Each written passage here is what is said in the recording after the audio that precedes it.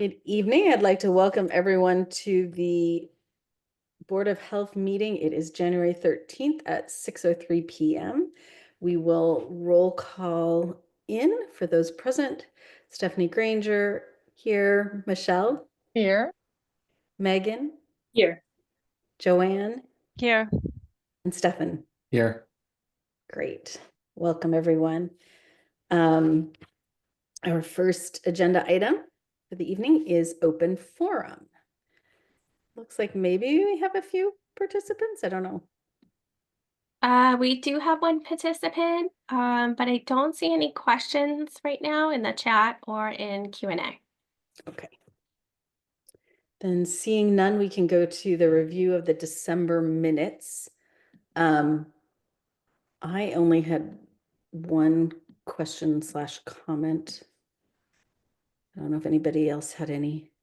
I had none. You had none, you said, Michelle? None, yes. Okay. My only question was that it's stated under, and I can't remember, so this is who approved the previous minutes. It put it as 4-0-1 by roll call. I don't know if Stefan opposed, if that's what that's saying, or if he simply abstained, and if it should be 4-1-0. That was my only question. Was it the last one I abstained from, or the one where I think it was the last one because I didn't know if I had officially signed anything, so I was just abstaining from everything, I think. So I don't know if that should be marked 4-1-0. I don't know. I'll check for you. Not a problem. I'll check with Harrison. Tie, loss, win, loss, tie. 4-0-1, right? That's how it is, 4-0-1. So if that's win. Right, so it's approve, disapprove, abstain. Okay, so then it's fine. Okay. Be fine. Sorry, I wasn't at the last one, so. Yeah, no, I was just trying to figure out what that meant if it was 4-0-1. So if that's approved, disapproved, abstain, then we're fine. Any other comments on the minutes? Is there a motion to accept the minutes then as I'll make that motion. Thank you. Michelle makes that motion. No further comment. Is there a second? I'll second. Megan seconds. All in favor. Stephanie, aye. Michelle? Aye. Megan? Aye. Joanne? Aye. Stefan? Aye. Great. That passes unanimously, and we appreciate our minute taker. Our next agenda item, do we want to take this now? Is it okay to discuss the fee reduction, or are we expecting anyone to join us? No, you're welcome to do it now. Okay, so the next agenda item is the fee reduction for the Middlesex County 4-H Fair to $150 for all 5 buildings on the property. Ray, do you want to tell us about that? Sure. So the Middlesex County 4-H Fair group has asked us if they could have a fee reduction for their food permits. This is something, as many of you are aware, that they request every year. I would say for about the last 10 years, Abby. And speaking with Abby, I know for the last 5, looking them up, we have charged them $150 for all 5 permits. I did ask Abby if she could run the numbers with our food inspector just to make sure we're covering our costs. After Abby's information, it looks like for their 5 seasonal establishments at $200 a piece would be about $1,000. Fee reductions of $150 have been what's been charged in the past. Looking at Megan's hourly rate and how much it would cost to do these inspections, it came out to about $179. So we felt that $200 would be reasonable to cover all the costs. We did include admin and a food inspector rates, hourly rates. I did want to add that also the seasonal food establishments are now $200. We've already looked at this kind of once with their fee assessment. So it does seem to match up with what we had determined in that aspect. Does anybody have any questions or comments? No, that was always my comment every year. It's like, are we Are we covering Are we costs? covering our costs? I mean, there's an inflation every year and, costs go up every year. So I always just want to make sure that we being fair. Yeah, like I said, for all 5 seasonal establishments, typically they would pay $1,000. Looking at the math that Abby put together with Megan, it'd be about 179. So 200, I think, is fair. That's just our opinion. And Abby, And feel free to jump in if I'm off. I agree. It sounds perfectly reasonable to have an increase after all these years. Mhm. Do we need to do anything or just like vote to agree You to? wouldn't need to vote if you could, Okay. please. I appreciate it. Would anybody like to propose that? Joanne, you're unmuted, I I'll see. do it. You can tell. Yeah, I'll make the motion. I will make a motion to reduce, oops, I had it up. Hang on a second. Reduce the fee for the Middlesex County 4-H fair to $200 for the fair dates. Are the dates on there? Or for all 5 buildings on the property The is how it dates- was worded Yeah, before. okay. So for all 5 buildings on the property for the dates of the fair. Do you think we want to add, reduce the fee from $1,000 to $200? To be clear that we're being more than fair. Ray, you have a comment? Add that you may want to say that they're for food permits, seasonal food permits for all 5 buildings. Okay. So I'm gonna amend my motion. What did y'all say? Make a motion to reduce the food permit fees for all 5 buildings from 1,000 to 200. I have a question. 'Cause I Yes. just read the letter again. Is it for the season or is it for the fair at the end of August? It's for the seasonal food permits. So Okay. those are seasonal 6 months out of the year. Okay, for the seasonal food permits. Okay. Can you run over that wording again? Because I'm not sure I have it as you stated it. Okay. Motion is to reduce the food permits for all 5 buildings for the 4-H fair grounds from 1,000 to 200 for the seasonal Seasonal food permits. food permits. Okay, Did I great. get it all in there? It's I think easy. so. So, I second that. okay, motion made and seconded by Stefan. If there was no other comment. Okay, then all in favor, Stephanie, yeah, aye.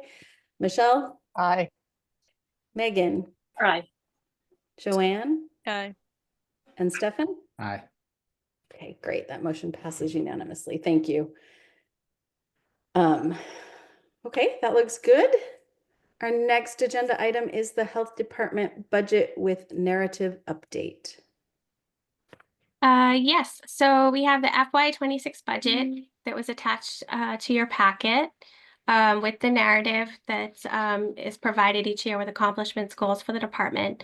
We do need a vote on the budget. I will say there's not too many changes. We did request an increase back to what it was last year for meetings and conferences, and so that is projected to be approved. It has to be approved at town meeting. So she did put that money back in. You'll notice that our sharps disposal line item, which is called biohazard, that will be eliminated from our budget due to the opioid settlement funds. We'll pay for that moving forward for the next 28 years. So that's being removed to the budget. And there was one other increase that I did ask for, which is projected, is for our vehicle maintenance. In the past, the vehicles here in the community, there hasn't been a budget for things like tune-ups or tire rotations. It's more just, oil changes and inspection stickers. So moving forward, I do want to make sure that we're able to put new tires on both vehicles. They're fairly new. They're only about 5 or 6 years old, the vehicles, but we want to make sure we're maintaining them and keeping them up. So those are the big changes with our budget. And Gail is now, our public health nurse is being, her benefit package is being paid with the immunization revolving account. So that too is also a change.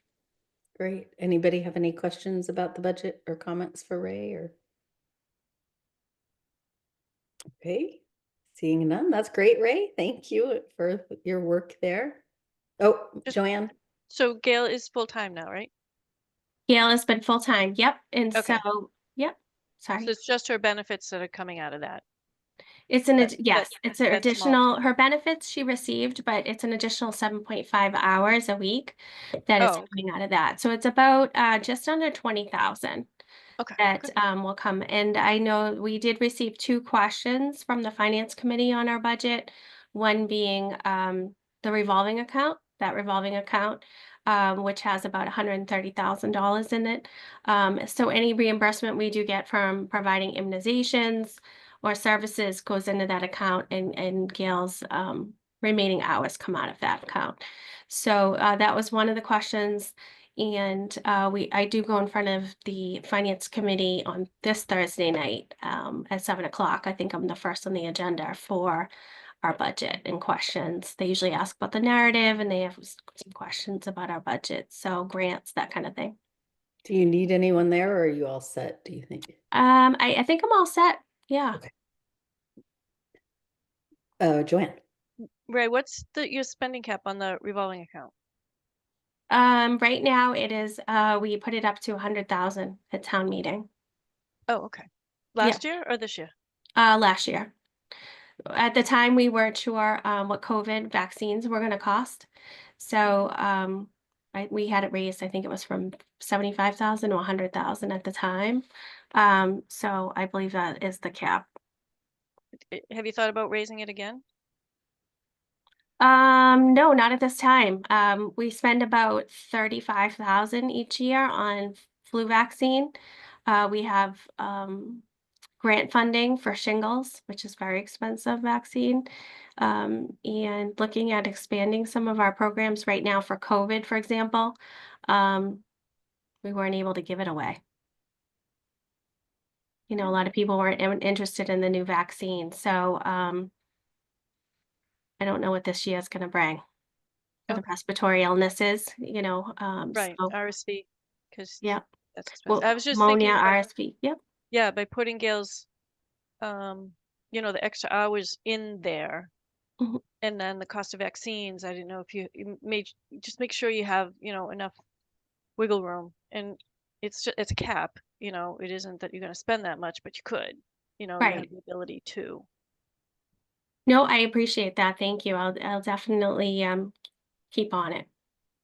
So what we're looking at is fiscal year 26 request compared to what has already been approved for 25. 25 is locked in. Why was there nothing for, what is dental services and why was there no dental services in 25? Yeah, so for our department, there's 2 things with dental.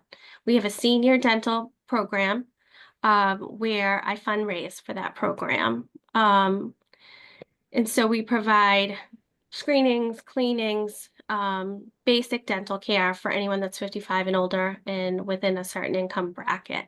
The application process, get approval, and we set them up with a dentist here and pay those bills out of that program. The school dental program has always been part of the budget for the last 30 years. That program was cut last year for the first time. I think it was about $3,300. That pays for a hygienist consultant to come in and do screenings and cleanings for K through 6. Last year we cut it to 5th grade. We took off 6th grade because by then they've met a dentist at that point. Here in the community, we do have lots of cultures that is part of their culture. They don't bring their children to the dentist until they start receiving their adult teeth. So we see a lot of decay and infection. This year, because it's been cut, I did apply for a grant and we've received grant funding, and we start that program in February of this year for the schools. But because of the limited funding, it will only be K through third grade. Great. Okay. So I did request that it finding go the back funding. in the account, but I don't know that that's gonna go back in our budget, excuse me. I don't know if that's gonna be approved. Okay. That was great that you found some funding though, Ray. Thank you. Okay, if that's it, then thank you for working on the budget and thinking about the things that needed to be there additionally for, and being mindful still of the budget constraints. Okay, then we have old business.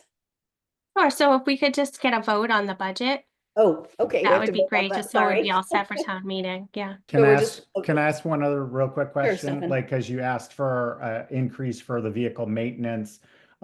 Gasoline though is staying the same from 25 to 26? So gasoline is through a town account, and so that is not in our budget. And so that's something that we don't ever have to worry about as far as, because it always fluctuates. In the public works department works with the town manager's office and maintains all of our gasoline mileage as well as every other department. So that is not in our budget. So am I just learning and I'm not looking at the right thing then when I'm in the first tab and there's a column or row 35 and it says gasoline? That's not So us? so gasoline is not something that we have to, that they cut or that they increase for our department. That's something Okay. that the town manager's office maintains. We do Okay. have a mileage line item that they've cut before and increase. And that is something that we use to reimburse staff when they're using their own vehicles. Okay. Okay. Sorry for all the questions. No, I'm that's good. okay. Go ahead. Okay, then I will make a motion to approve the budget for 2026 as presented. Is there any questions? Seeing none, is there a second? I can second. Okay, Megan seconds. All in favor, Stephanie, aye. Michelle, Hi. Megan, Aye. Joanne, Aye. and Stefan. Aye. And just so everyone knows, I am just going in the order you are on my screen. It's just no, just so that I get it every time. And I don't know how that order comes As long up. as it doesn't move around. Sometimes it does, but it's not right now. So, all right, Ray, thank you. And yeah, old business then. Alrighty, so first thing for old business is we have the 22 FDA food code presentation. We just wanted to make this board aware that we did provide on December 17th a training virtually for all of our food establishments. So they were notified by letter through email, and we did send them quite a few different educational pieces of information as well as the invite to attend the training. Megan did a great job putting that on for us, our food inspector, with Abby's assistance and a PowerPoint presentation. So that was received very well. I know the staff's been fielding questions. As you know, we're in renewal season and everybody's ready to go to start off fresh for the year. So Was your attendance good for that? no one attended. No one Not attended. virtually? Correct. Yep, we held it during the day. I think a lot of food establishments, you know, speaking with them during the year, they knew this was coming, they knew the changes were coming. And I also think they are aware that we work with them very well and provide education. So I know, you know, several changes. There's been questions in the field with inspections already. And, you know, we're just trying to help them along to understand and provide them with the resources that they need for the changes. Do you It'll take have time. It'll take time. I was gonna say, is there a Q&A available for them somewhere else? And There is, yep, minimize your questions. we did. We used the FDA, educational materials, the Department of Public Health, and then we did look at private, like the Grocers Association that puts it more in layman's terms, and pulled together some educational materials that could be really helpful to them. Yeah, but there are some changes. For instance, they do need to spell out all 9 allergens for all of their items that they provide They on need their new menu. menus. Yeah, so we are working with them to whether they can asterisk and pull those items out. So that, like I said, it's a learning curve for, the first 6 months with the new code.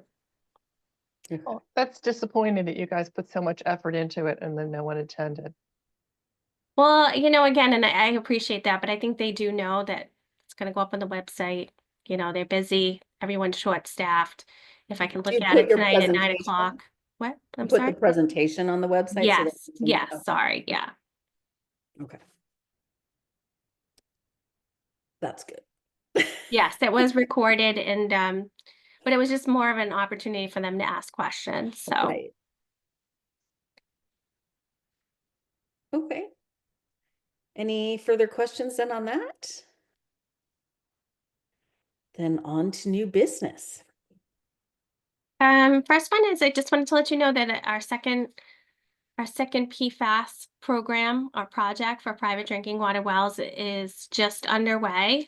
We did send out, and we've been advertising the PFAS private drinking water project again. This is round 2. We have everything ready to go. Sam and Abby have been working really hard, getting all the kits ready for people to pick up. We do have it open till February 7th for residents to apply.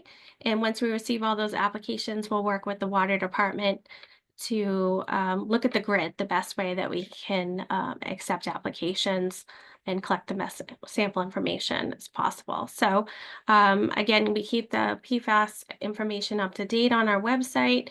We're linked with the water department. We're both linked back and forth so that, when a resident's visiting one page or the other, they can provide that information. Did you And go ahead. Oh, sorry. Did you find from the first round of 50 samples that there may have been areas of town that were underrepresented that you might want to really target?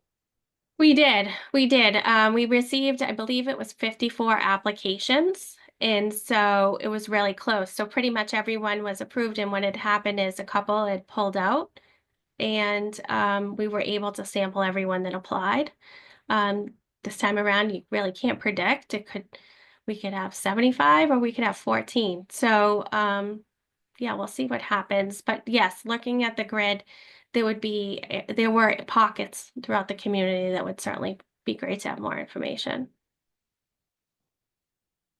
And if anyone wants to see those results or see what we sampled or what, where those pockets are, that information is all in public view. And that is on it's in what they call a GIS or geographic information system. And you can look that right up on the GIS system, which is on the town of Westford's website. If they need help finding it, we can also help them. Thank you, Ray. That's Yeah. great. The next one is I just wanted to make you aware that Nancy Burns, who is our coordinator for the Upper Merrimack MRC, which is a medical resort corps, she just received another $10,000 grant as part of the Operational Ready Award through NACCHO, which is the National Association of County and City Health Officials Board. So this award is going to be intended to strengthen and sustain current capabilities for primary and evolving response missions. And so she provides a lot of training for the MRC right now. Our volunteer list is over 700, so which is active. So she's really excited. I just want to share that with you. When we receive the contract, we will bring that in front of the select board for approval.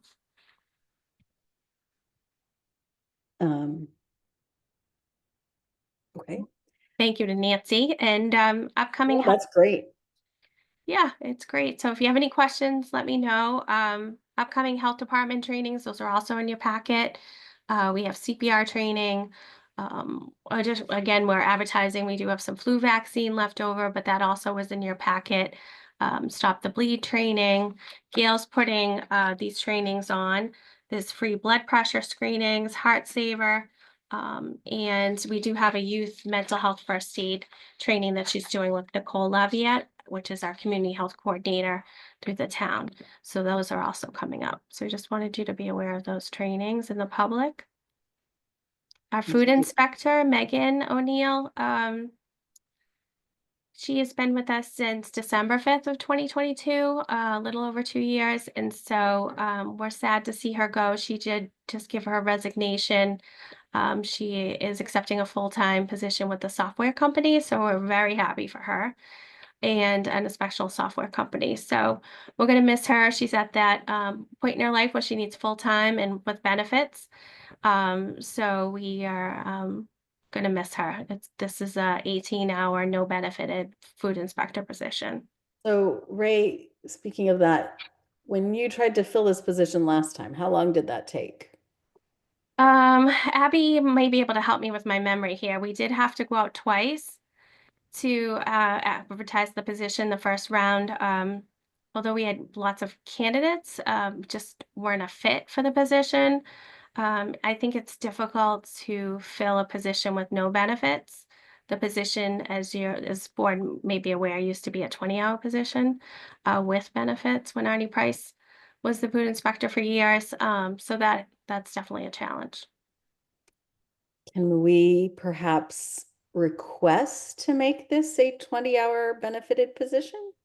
I can certainly ask. How do we need to support that? So I can certainly reach out to the town manager's office before we advertise, and I can copy you as chair, or you can write a letter as a board, however you want to do that. Board members, how do you think we should proceed to request that again? It certainly seems like 2 hours of benefits is very worthwhile. Yeah, Rather than have us not have a food inspector. exactly. It'll be the benefits. It's not going to be the 2 2 hours. hours. I'm sure that they're gonna argue back on the money, but that's silly. I mean, we need a full-time person. Never mind, and we'll take a part-time, now. But we definitely need to. I was gonna ask to clarify whether that was a PHE position or if it was our position, because I don't know. Do you have a food inspector with the PHE grant?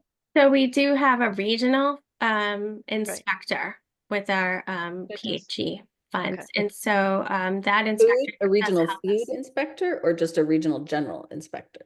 A General. regional general inspector, health inspector. So that was going to be my question, and I just want to make sure that they don't come back.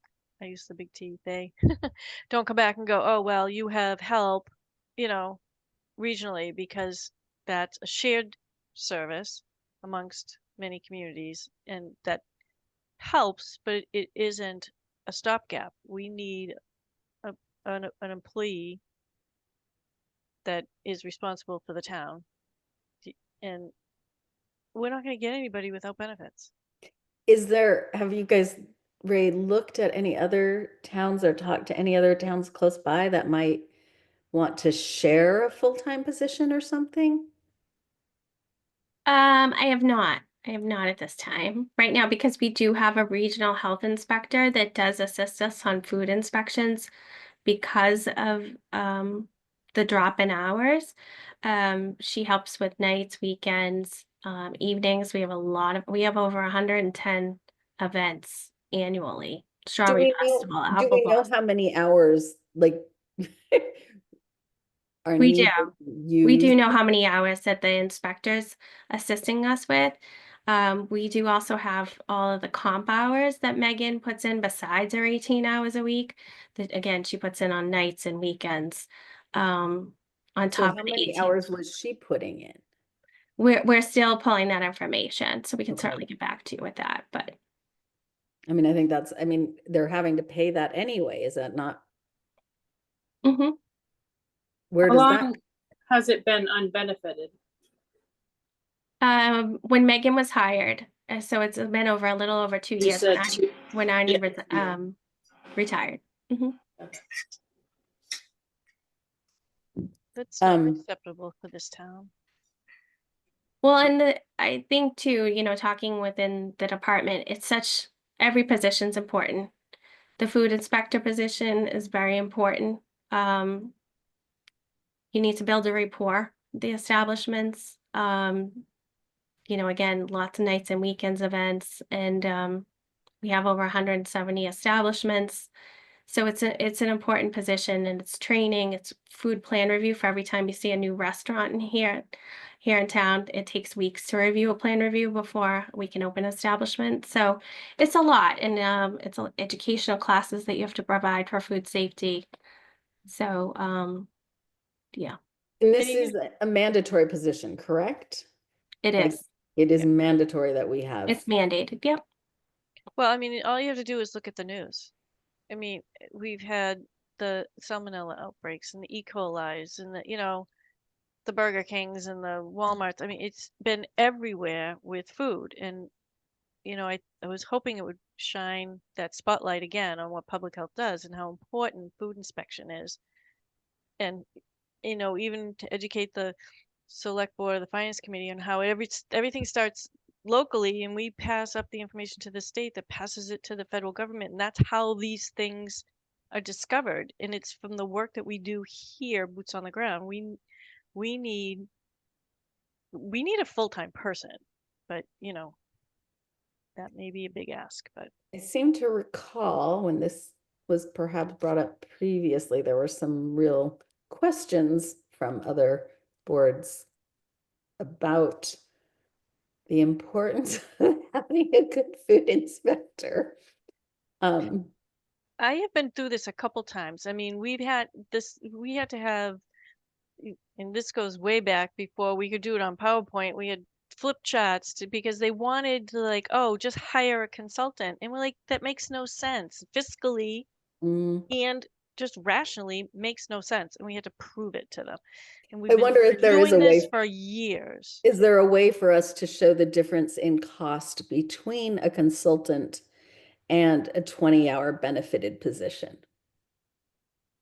Again, It's like the third time we'll be pulling those numbers together for people. Yeah.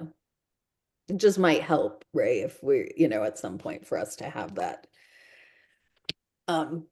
Again. But again, it's not just about dollars, right? As Ray has pointed No, out, it's our health. It's our health, but it's also all the other things that they do. It's not just showing up on a Tuesday and doing a couple inspections. It's the education, it's the nights and weekends, it's rewriting the codes and knowing what's happening. And that a consultant isn't going to do unless you pay them big bucks to do that. And the re-inspections and getting called out on a Friday night because the pipe broke at McDonald's, they don't do that. That's what you have staff for. That's the responsibility that they take on with the town. Yeah, I would just say too that, there's a lot of things that are part of the job that spill over into Sam's job and Abby's job and my job. Like you said, Joanne, questions. Every time someone comes to the counter, calls and says, I want to start a business, a food business. I've never done this before. I mean, it is hours and hours and hours of helping someone figure out what they need to do to fill out applications, provide information, and lots of questions asked, right down to what kind of sanitizer are you going to use in your facility. So, yeah. So I think it's really up to the board what they'd like to do. I'm happy to ask if you want to write a letter. It's also an option, really up to you. What do you think we should do? Would somebody like to write a letter? Do you think that would be a good approach, or do we just have Ray ask?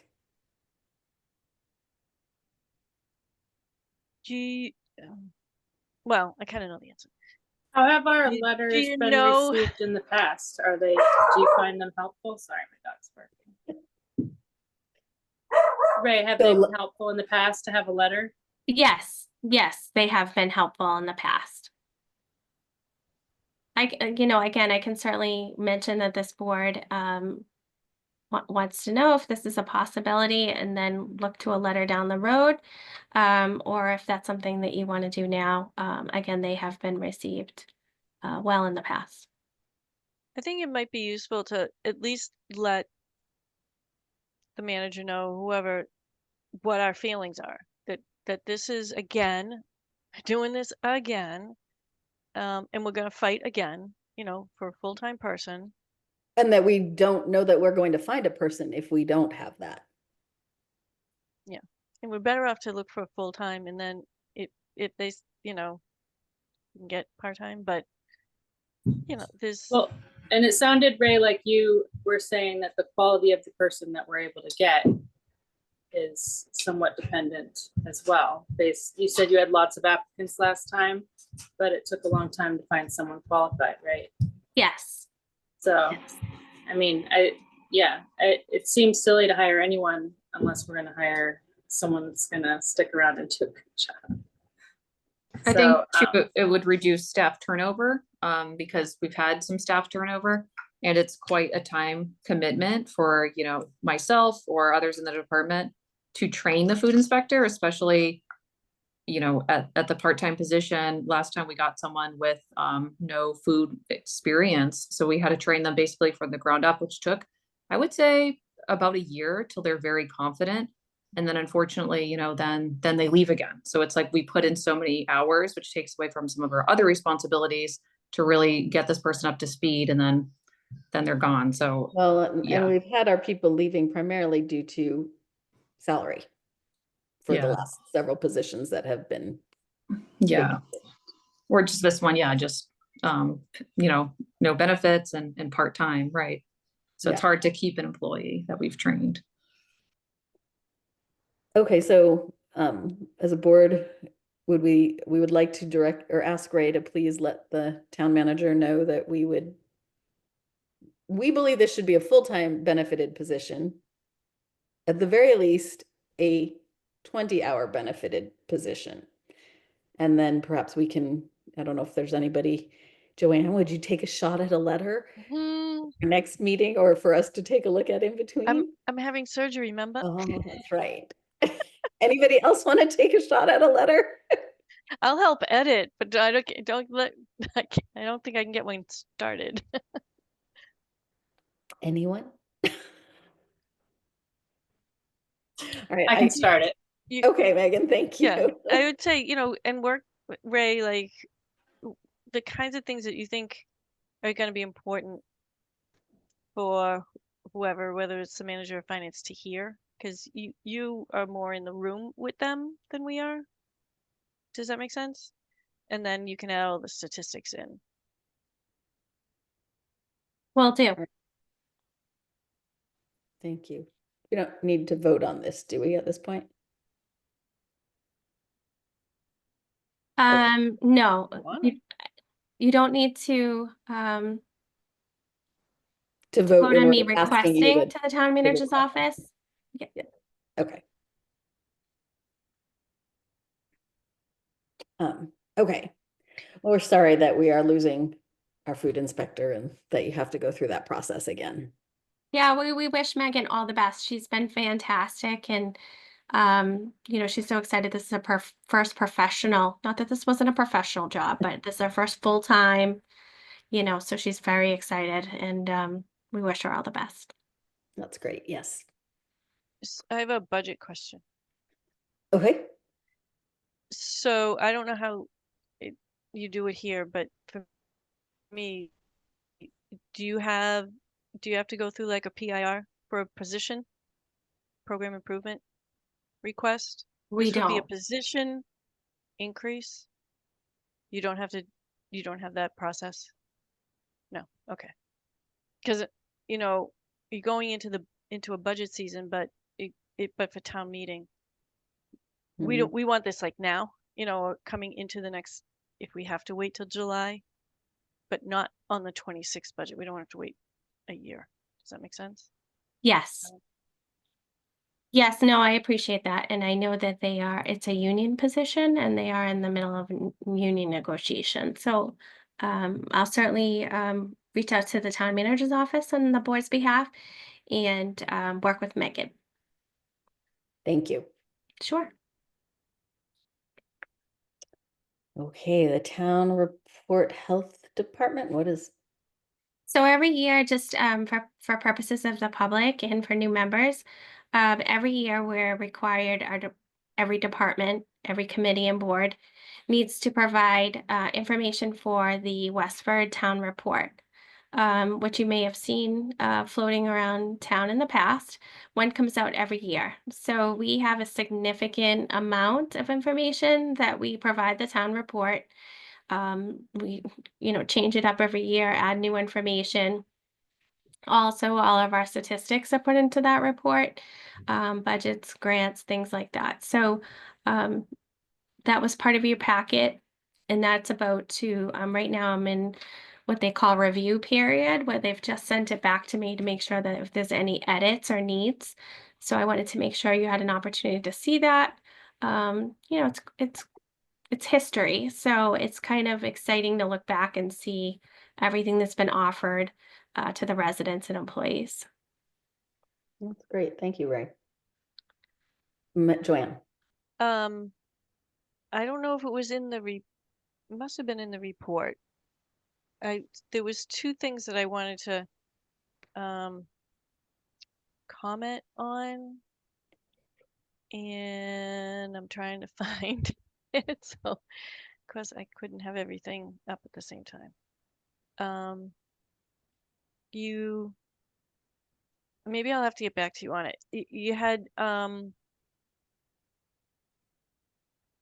it's not that one. There was one. It was a word that you used an acronym for, and I was thinking maybe you should not do. You should spell it out. Okay. And why can't I find the document? Bummer. I'll look One for thing, it. There was like two things in it that I was like, oh, instead of using prep, you should be. I think it was emergency preparedness, and you put emergency prep, and then so to write out preparedness, and then there was one other little. It was two little things like that, but otherwise, it's amazing. okay, so Great I'll job. double check that. Report, emergency prep acronym. One thing we did change with communicable disease is in the past, they would just put confirmed cases. But the problem is when you look at the data and then you look at the confirmed cases, Lyme being one of them, I think it's important to point this out. If you look at the data in the town report for the last few years, it doesn't look like there's a problem with Lyme at all. But suspect and probable cases, I believe there was about 72 or 74. There is an issue with Lyme disease here in the community. And I think it's important that people realize that sometimes when you go to the doctors, they don't test your stool, they don't test your blood. They might just give you a doxycycline. And so they don't always test you for any of the. How is that supposed to be reported to you, Ray? It's through Maven, which So is the physician's offices should be reporting? They should be to the Department of Public Health, for emergency room. And so those, we see those in real time here. Are they tied to a patient's address in that reporting? Oh, yeah. Yep. You're Okay. a patient's record. We only see, each town only sees their own residents. Interesting. I didn't realize that when my kids have had Lyme disease, that it should have been being reported. It probably was. So it's how we do all our communicable diseases. It's all everything that has to be reported, all 80 some odd diseases. Like Ray said, you only see your community, but they all are reported. Some have to be followed up on and some don't. We don't follow up on Lyme anymore. We can send out information and stuff, but we used to, do a follow-up, just like, they were doing contact tracing for COVID. We do that for other diseases. Mhm. But Lyme is supposed to be, if it's laboratory tested, the lab will report it. Doctors can report it based on clinical symptoms, not just laboratory symptoms, and then they would be reporting it, and that's how we get it back to us. But Do we if think they that if they do? look at a bullseye rash and go, you have Lyme, they don't do any testing, here's some doxy, and they don't report it, That's why I was suspicious that that may happen often. it Stefan's like, probably yes, it probably does, because it requires more effort. filling out a form and getting it into the state, if they don't do any So- blood tests. So we definitely want it to reflect what we are aware of, because that's probably still underreporting. It's definitely underreported. Yeah. But there's work too. I know I'm interjecting here, but this is one thing I always get with the communicable diseases. There's a lot of things that are reported to us as suspect. You do a lot of work, a lot of the follow-up calls, a lot of, dealing with patients, only to find out that it gets ruled out at the end. Mhm. But you're still doing a lot of work. So, you need to be able to show that when it comes in as a suspect, that doesn't mean you just sit around, there's still work and a lot of the same work you would do if it was a confirmed case. So it's good to report that Absolutely. so people know. Yeah. Gail's working hard. Thank you. Okay, Ray. Or Next one is town water expansion requests, Abby. So I attended the water commissioners meeting in November. My goal is to just kind of bring awareness from the health department's point of view of the need of the expansion of town water to certain areas of town. You may have noticed over the last year or so, we have had a lot of tight tanks come in front of the board. So as you know, tight tanks are a real last case scenario. And it's when basically you've exhausted every possible variance and you still can't conform to the code, and then you have to put in a tight tank. And a lot of that is due to these small lots that are served by wells as well as on-site septic systems. So my goal was to just kind of show the water commissioners certain areas of town that would really benefit from town water expansion, and just hope to kind of bring that awareness for when they do their strategic planning or any town water expansions. And it was pretty well received. They didn't kind of view it from our point of view. So they were, they don't have the same kind of lens that the health department has when we're looking at town water expansion. So it was pretty beneficial, I found, to go to the meeting. Yeah, that actually sounds really interesting, because they probably would have reason to see it as we do. Right. Thank you. Yep. All right, so next item we have is community conversations regarding facilities assessment and master plan. So the town did hire a consulting firm to come in and look at facilities and spaces storage needs of departments here across town. That assessment did come back. Certainly the health department, as many, need more space to not only work in, but to store items, and to have enough room so people can work functionally in our department. If you've been in the health department before, it's real tight. But that being said, we wanted to bring this to your attention so that you're aware of that. They are running focus groups right now to get the public's feedback. And so I just wanted to make sure that this board was aware if you wanted to provide a letter, or if you had any questions about the needs of the department. It's certainly welcome at this time. How do town focus groups? I mean, Right now, I'm not sure who the consulting firm is running the focus groups, and I believe there's a survey out as of now for the residents. There are 4 different, I believe it was in your packet, 4 different available dates for focus groups to address some of the questions that the public may have. So those groups are being run by their consultant.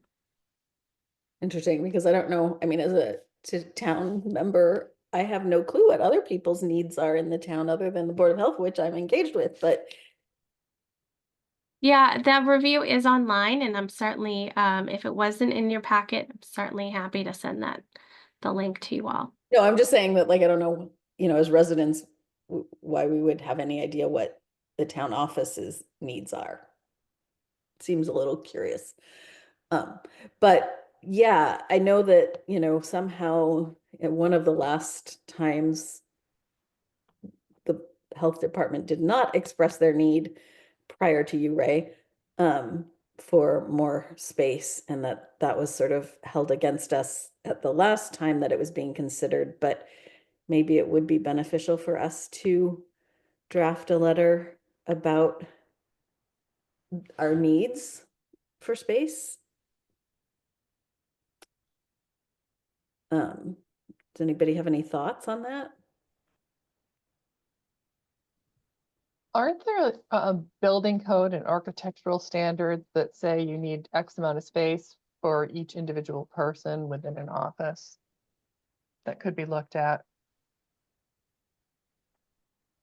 I'm sure there must be. I There- can certainly ask. I would have to say that our health department reminds me of when I worked for the State Department of Public Health, and our building did not meet any sort of health codes as far as I could tell. Yeah, I mean, when the building was, I can only speak for the building that we work in, right? This was done across town, the assessment. So I know they're trying to put this in as part of the master plan, which is all a great thing. Back in the day when the building was constructed, I'm sure maybe it did. I don't know. We could look that up certainly for you, but Well, the town was a lot smaller, I'm sure, than it but is. you know, the building grows, positions are added, or changes are made. And so yeah, I know that there were quite a few needs with many departments across town. Back in the 80s, when I was the health inspector for Westford under Neshoba Associated Valley Health Oh, Services. when was that? Let's see, that was probably 1983, 84. And I had a nice big office, and it was just me. There were no other health inspectors or agents, and I would just have the whole place to myself. How things Change. have changed. Yes. Yeah, we're certainly fortunate to have the space that we have. Many health departments are in the basement of town halls.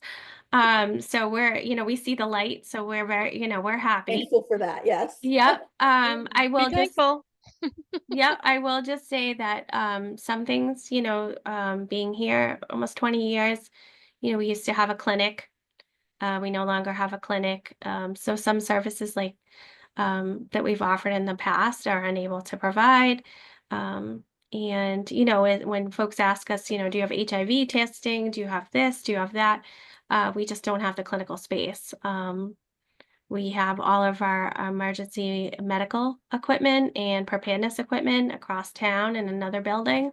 So those are just some of the needs. And so, and certainly as services expand, and like I said, for instance, we have AEDs stored here right next to my office and different things that we just don't have like shelving for. So those are just some of the things. When would you need a letter? What would be the timely? I would say by the next meeting, it would be great to be able to provide that to the town manager's office. Okay. Is there anyone who would be willing to try and work on that? I think we may have an older template from a previous time that might be helpful too. Something that was some information from is that correct, Ray, that we had an old Yeah. letter that could be used as a base? Can I ask a question? Sure. Tell me again the timeline on all of this. Did this just start? Because I don't know anything about this survey. Yeah, they have just started I believe they start in the beginning of February. And again, this is an assessment that was conducted. I don't believe the town is in a position to make changes yet. There's no funding attached. It's just they're collecting information from the public and from boards and committees. So I can certainly send you all the link. And then if you want to discuss it at the next meeting or, maybe look at it more or whatnot, or what we wrote in the past, this board has written for a letter in the past. That's certainly another option. But I just wanted to put it out that we are letting all boards and committees know if they want to provide any input. If you don't want, No, and that's that, okay I think too. it's clearly important because I remember when they were looking at that new building planning and stuff, and our department was left off of it because it had previously not been. It's more of a support letter of what was found, I guess, by the consultant and what you're hearing from your departments for needs. I would say it's more of a support letter, just encouraging that if down the road there is funding, that, Yeah. And this is. Is it town buildings around that are not being utilized? Or I don't know that. I know the library is about to start their project and they're moving. I know there's some issues with some other buildings. I'm not really sure 100%. because that would be interesting to know what the inventory is of town I don't buildings. think, from what I recall from previous meetings, that there's really at this point unutilized space. Whatever happened to the permanent building committee? Did that get disbanded? Wasn't there a committee that worked on this? I think so. I don't know what happened after it all failed in the last round. Because I know Tom was on it. Okay, well, if nobody else is able to, I can try and talk to Ray about that and see if maybe we can put something together between now and next meeting. That we can run by. I may float it all out to you individually to weigh in on. Just so that we're not missing things that we're not thinking of that are important. Okay. Right. So the Department of Public Health did send us a consumption advisory for mercury and PFAS for fish here at Long Sought For Pond. And so we just wanted to make sure that you and the public were aware of that. Speaking with Abby, she has ordered metal signs for the pond. We're working with the pond representative in Summer Village, just to let people know, especially, people to ice fish. And so I know it's something most people don't think they'll spring, but we just want to make sure people are aware if they are looking to consume any fish out of the pond. And alternatives to tobacco regulation tickets. I did meet with our school resource officers at both Neshoba and Westford Academy. I wanted to see how it is going with, the tobacco regulations. We see stacks of tickets that come through our office for all different things, marijuana use, mostly vaping. And so speaking with them, I wanted them to be aware of some of the options that are out there now. I see a lot of parents that come to our counters that are paying $300 over and over again because their child continues to vape. And so in some instances, not all, they want to quit. And so they don't know where to go, how to start, and very addicting. So looking at different programs, working with the state, we have come up with a list of programs, and we have offered to send both school resource officers to trainings to be able to put these trainings on also in the school. We're working with Bill Ricca, who offers an intensive 6-week program to help kids kick the vaping habit. And so I wanted to make this board aware because it is an issue when you start looking through the tickets. It's the same, seems to be the same people, working with them on what kind of devices and systems they have set up in the schools. And again, not just issuing, to me, it's not enough you give a ticket. We spend the time, we might have to ticket a food establishment once in a while, but we're providing the education and we're providing the assistance. And I feel like we should be doing the same thing for these kids and adults for that matter. So next month, I'd love to be able to bring the options to you that we want to provide the public on some of these trainings. Our school resource officers did actually request that we look to have the fine system that's in our local regulation maybe proposed to have it changed.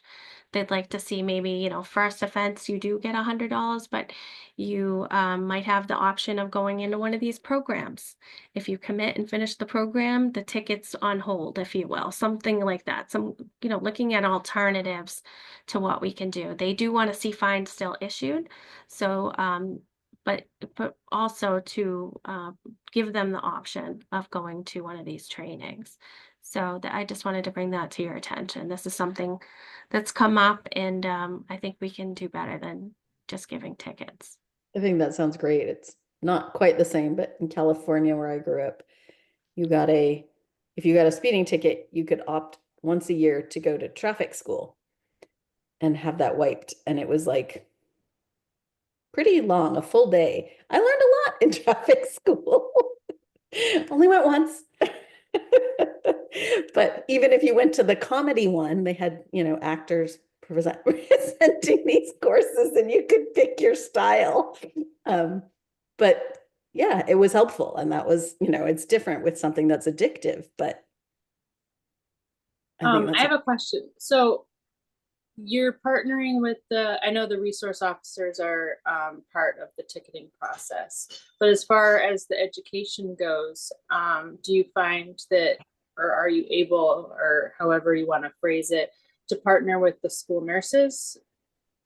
So we have reached out to the director of school nurses for the public schools to see if we can come and speak to them at their next meeting. I haven't heard back as of yet to discuss this with the school nurses, certainly to get their their buy-in, their suggestions, and put something together, and also reach out to the dean of students and the principals to get their buy-in and engagement for providing something else. I mean, we do see elementary school students get tickets.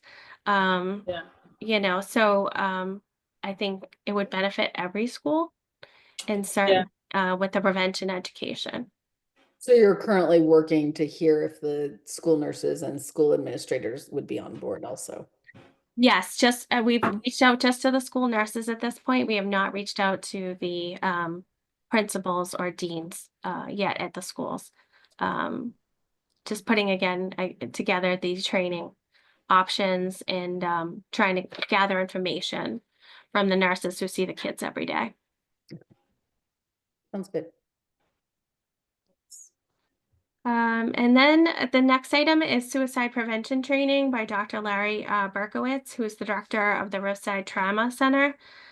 So this is a suicide assessment and intervention training, and this is for mental health professionals, clinicians, so schools, clinicians, psychologists here at the I almost said Methuen where I live, Westford Public Schools, excuse me.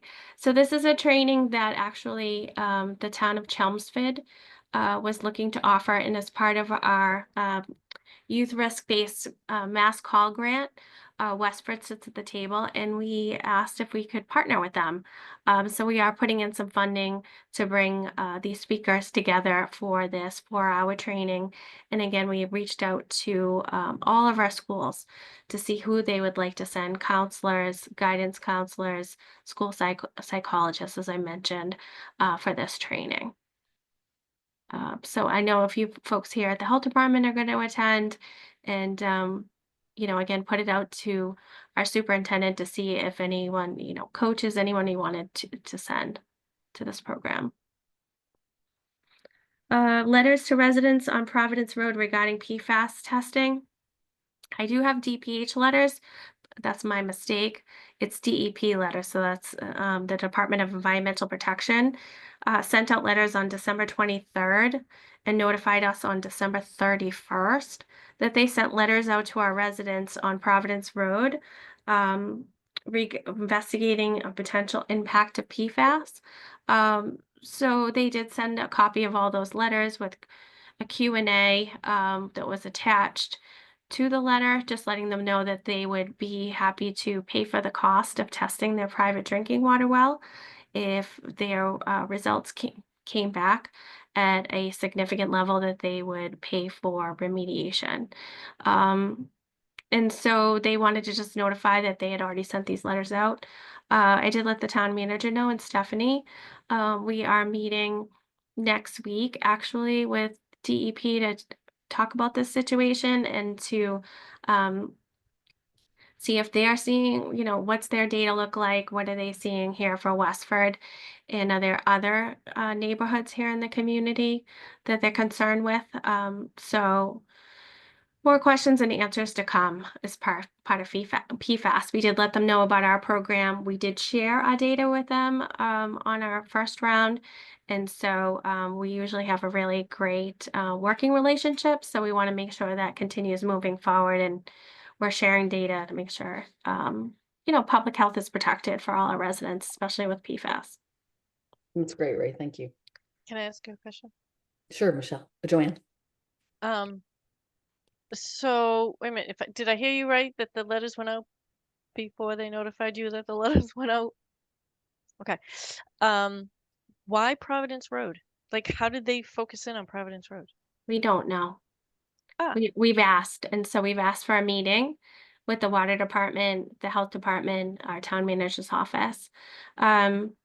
We're not sure what the motivation is. I don't know, Abby, if you have anything to add to that. I know Sam was originally notified and passed it on to Abby and I. At this point, speaking with the DP over the phone, we don't know what What does our data look like for any wells on that street? So on Providence Road, I don't have the data in front of me from our first round. As we presented with the water department, it was very random. There, Yeah. you might have had your neighbor might have been positive, you were negative, the next guy was negative, and then 3 houses down might have been positive. So it was really very random. So more information to come. Like I said, we are meeting with them, and as soon as that, we get results from that meeting, we'll certainly let you know how it goes. Are there a lot of wells on Providence Road? There were 42 letters.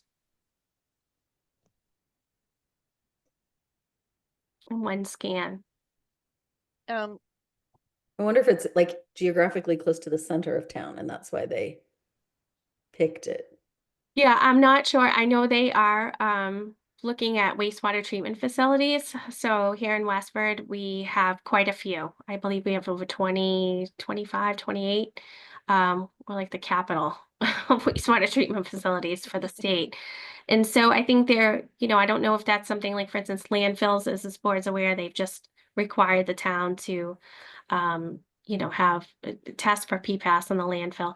So I think they are also looking at treatment plants, and I know the Abbott School is on a treatment plant. I don't know if they're looking to see if anything's coming from the plant that may be affecting groundwater. We're really speculating. I don't know until we talked with them. Do you happen to know who signed those letters? I do have it. You want to get it to me later? Yes, yes. Okay. Yes, I will. Knowing people in that part of DEP, so. Yep, they are public record, and so yeah, if you have any questions, just let me know. All right, so last couple things. February is Heart Health Month, so we encourage everyone to get out there, get some exercise, eat healthy, that kind of thing. So we're putting together, I have 100 miles because the American Red Cross has 100 miles in 28 days program. We're adapting it to 28 miles in 28 days for Westford employees. And so we put together a Heart Healthy basket, which Abby's helped with as well, and cookbooks, healthy snack options, a chopper, and to chop up your vegetables and different things like that, lunch boxes, bento box. So put together a nice raffle basket for to encourage employees to get out there and walk, even though it's chilly, and they can enter for a raffle. And so we're going to pump out a lot of education to residents and to employees this month for February. Sounds great. I'll make it a goal. Talking about breaking this stigma is a part of our hoarding disorder, which is a regional group, about 17 towns. And some education has just gone out, regional education brochure on talking about breaking the stigma. We do also offer the Buried in Treasures course, which is for clutter/hoarding. And so that course, 15-week course, is started. So just wanted to bring that to your attention. I would say the last item is our safe footing kits, which are available to residents 55 and older. This program has been very popular and successful. We work with the MRC volunteers. It is a salt, pet safe salt. We put gloves, a cleaning brush. We put some education with resources of where residents can get lots of information, not only on fall prevention is one item that's attached to it, but it's also all emergency numbers. It's information about a special needs registry, fuel assistance, anything that you can think of where they can get food pantry, Meals on Wheels, things of that. Those resources are all attached in this kit. So this is all grants that are used for this and some donations. We want to thank the Don and Patty Mason Foundation for assisting. We've used some MRC grant funding, some other funding to pay for these kits. So we did offer the kits to everyone on our special needs registry. And we have also offered it to the senior center we're working closely with to provide food pantry folks, folks that may be interested in having a kit. We've received quite a bit of feedback from a lot of residents who are homebound and are always worried about those services that are coming in and VNA and whatnot.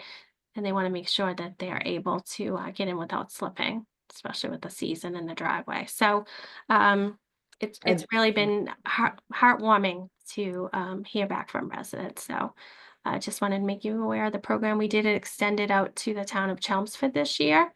And so they did partner with us, and they have been, there's been a lot of positive feedback from them as well. That's great. Thank you.